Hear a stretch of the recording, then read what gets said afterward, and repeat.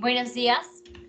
El día de hoy, nuestro debate consiste en la siguiente pregunta. ¿Considera usted que las vacunas de AstraZeneca y Pfizer son efectivas contra el COVID-19? Mi posición es a favor de la efectividad de esa vacuna porque según los estudios y ensayos de AstraZeneca en Estados Unidos, Chile y Perú, la vacuna de AstraZeneca presentó un 79% de efectividad en impedir los síntomas del COVID y 100% de efectividad en evitar la enfermedad grave. La efectividad es que además no se presentaron problemas de seguridad con respecto a coágulos de sangre en el 99% de los vacunados con las dos dosis. Como resultado, AstraZeneca y la Agencia de Medicamentos Europea, al completar sus análisis, concluyeron que la vacuna es segura y efectiva. Además de esto, la seguridad representa que un 99% de las personas vacunadas en el Reino Unido y la Unión Europea no presentó coágulos de sangre frente a un 0,1%, es decir, solamente 37 informes de coágulos de sangre entre más de 17 millones de personas vacunadas, teniendo en cuenta que todas las vacunas y medicamentos tienen efectos secundarios o adversos en el cuerpo. Lo anterior prueba que la vacuna es segura y efectiva. Mi posición es en contra.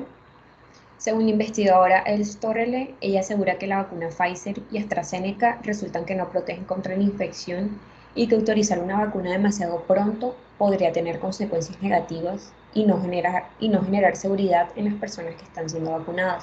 En primer lugar, hará que se hagan unos ensayos clínicos aleatorios y en segundo, que exista el riesgo de que se introduzca una vacuna que se haya estudiado de manera adecuada y que pueda resultar que tal vez no sea eficaz. Se dice que en Israel 170 personas se colocaron la vacuna Pfizer y el 78% de ellas dieron positiva para COVID solo con tener la primera dosis. El 2% dieron positivo después de la segunda dosis. Esto quiere decir que las vacunas no son beneficiosas y que no dan un 100% de inmunidad. En ese estudio, el 52% de la protección de la primera dosis incluía que en los primeros 10 días después de la vacunación se tenía en cuenta que daban infecciones. La vacuna AstraZeneca bajó un 3% de un 79% de su inmunidad y está en el ojo del huracán porque ha causado trombosis en personas a las que se les colocó la vacuna. La vacunación se ha parado ya que la Agencia Europea de Medicamentos va a realizar una investigación del por qué sucede esto, ya que en marzo se detectaron 30 casos de trombosis y eso es algo que es irregular. La proporción es alarmante porque era incluso inferior a la que se da en la población general. Por esta razón, esto ha llevado a varios países a suspender temporalmente la vacunación con AstraZeneca. Son muchos los beneficios que tiene aplicarse esta vacuna. Uno de estos es las condiciones de almacenamiento, transporte y manipulación que también benefician a la vacuna AstraZeneca, ya que puede sobrevivir durante 6 meses en una nevera estándar. Además de esto, si el 70% de la población se vacuna, se creará una inmunidad colectiva. Se creó sin ánimo de lucro, es la única vacuna creada por un organismo público, la Universidad de Oxford, que no busca beneficio económico sino el bien común.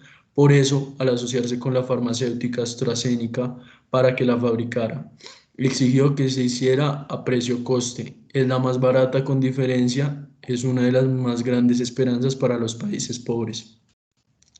Un estudio posterior sanitario escocés con más de 1 millón de infectados señaló que ya con 2 dosis AstraZeneca disminuye el 94%. Con Pfizer hay que esperar a la segunda dosis. En cuanto a la vacunación de Pfizer, es la mejor de todas, ya que su efectividad es del 95%. Esta vacuna es hoy la que tiene más esperanza de personas vacunadas. También la tecnología que utiliza es ARN mensajero, que es completamente nueva, innovadora y primera en su tipo. Es precisamente esta tecnología la que permite diseñar y producir este tipo de vacunas. Hace poco, Pfizer dijo que si el virus mutaba, podría adaptar su tecnología a las nuevas cepas en solo 6 semanas. Se puede fabricar con mayor velocidad y más barato porque no necesita cultivo del virus.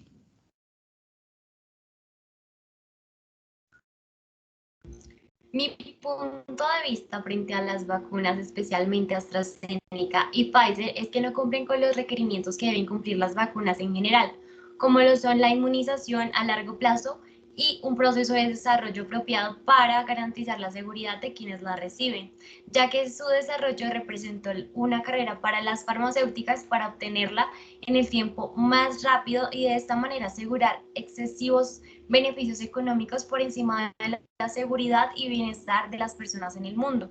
La Organización Mundial de la Salud ha dicho en las últimas horas que a pesar de que ha estado en una constante vacunación en todo el mundo, el crecimiento de infectados es de forma exponencial y las cifras indican que las vacunas tienen un nivel de efectividad inferior a lo que los laboratorios han indicado. Por ejemplo, la de Pfizer tiene un nivel de efectividad, según investigaciones, de entre el 50 y 55% frente a la cepa de Sudáfrica. En el Reino Unido han muerto 7 personas al recibir la vacuna de AstraZeneca a causa de coágulos en la sangre.